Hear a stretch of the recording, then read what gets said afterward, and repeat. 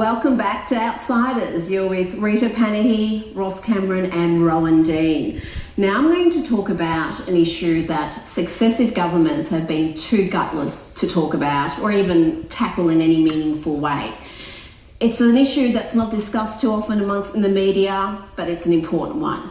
And it's about the killing of protected and endangered species in Australian waters. Now Australians, well, most of the world, are disgusted by Japanese for whaling. But do we really have any moral authority to be condemning the Japanese when we allow even worse in our own backyard? Now I'm going to throw to a clip and tell you what we're talking about here. The killing of protected dugongs and endangered sea turtles in Australia is cruel, unsustainable and completely unmonitored, but perfectly legal under the Native Title Act, which allows Indigenous people to hunt species that are otherwise protected. Not many within government or the media will talk about this, even though some groups, including wildlife campaigners, say there's already been examples of localised extinction. The use of modern boats and weaponry to catch untold numbers of dugongs and sea turtles that often suffer slow, torturous deaths is a national disgrace.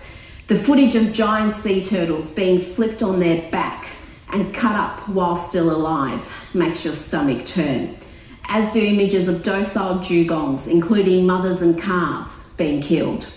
There are no quotas, no records kept on the numbers of animals killed by traditional hunters, and just like Japan, the slaughter is justified on the grounds of tradition and culture. Well, you know what? No culture should be immune from progress.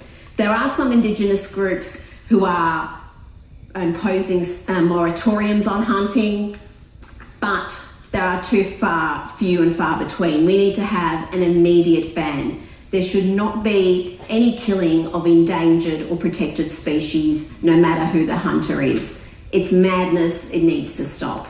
Now guys, are you even aware of this issue? It's one that, as much as Australians are animal lovers, we campaign about the dolphin slaughter, the whaling slaughter, but this happens in our own backyard, and not many people even. And here we go again, Rita. It's always the same. If you're in identity politics, if you can trump if you got your card, which one identity is worth more than the other, your Indigenous identity always will trump being a greenie or whatever. So you go, I'm Indigenous first. Slaughtering animals, who cares about it, and you get away with it. There should be one law for everybody. We should all be treated exactly the same. Absolutely. But this is the problem with identity politics, and this is the problem with the whole push for recognition and the idea that somehow Indigenous Australians have a separate group of rights, a separate magical ability and relationship with the land that is theirs and theirs alone, and that this excuses normal sorts of behaviour for cultural reasons, and we see this throughout Indigenous affairs time and time again, and this is just one more example of it.